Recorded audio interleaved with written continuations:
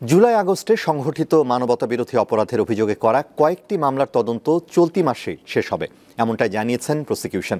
এরপর শুরু হবে বিচারের প্রক্রিয়া। এদিকে পুলিশের 2 সদস্য সহ আরও 7 জনের বিরুদ্ধে আজ গ্রেফতারি পরোয়ানা জারি করেছে বিচারপতি গোলাম মুর্তুজা মজুমদারের নেতৃত্বে 3 সদস্যের ট্রাইব্যুনাল। গত বছর জুলাই আগস্টে শেখ হাসিনা সরকারের বিরুদ্ধে ফুঁসে ওঠে সারা দেশের মানুষ।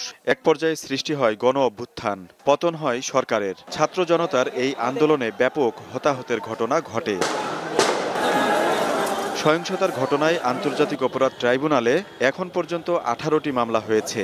রাজধানীর মহাখালী, রামপুরা ও উত্তরায় সহিংসতার ঘটনায় রবিবার 2 পুলিশ সহ 7 জনের বিরুদ্ধে গ্রেপ্তারি পরোয়ানা জারি করেছে ট্রাইব্যুনাল। এ নিয়ে মোট 115 জনের বিরুদ্ধে পরোয়ানা জারি হলো। রামপুরায় আপনারা জেনে থাকবেন চঞ্চল চন্দ্র সরকার, যাকে ইতিমধ্যে গ্রেফতার করে ট্রাইব্যুনালে হাজির করা হয়েছিল।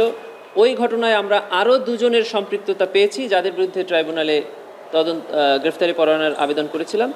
ট্রাইব্যুনাল মঞ্জুর করে এই গ্রেফতারি পরোয়ানাগুলো জারি করেছে। প্রসিকিউশন বলছে, মানবতাবিরোধী অপরাধে কয়েকটি মামলার তদন্ত কাজ শেষ পর্যায়ে রয়েছে।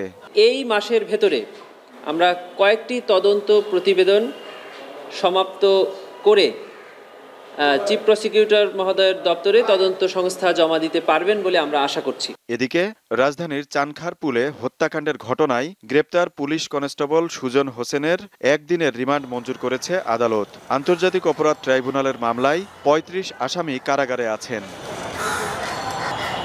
আজিজুল ইসলাম, দীপ্ত সংবাদ, ঢাকা।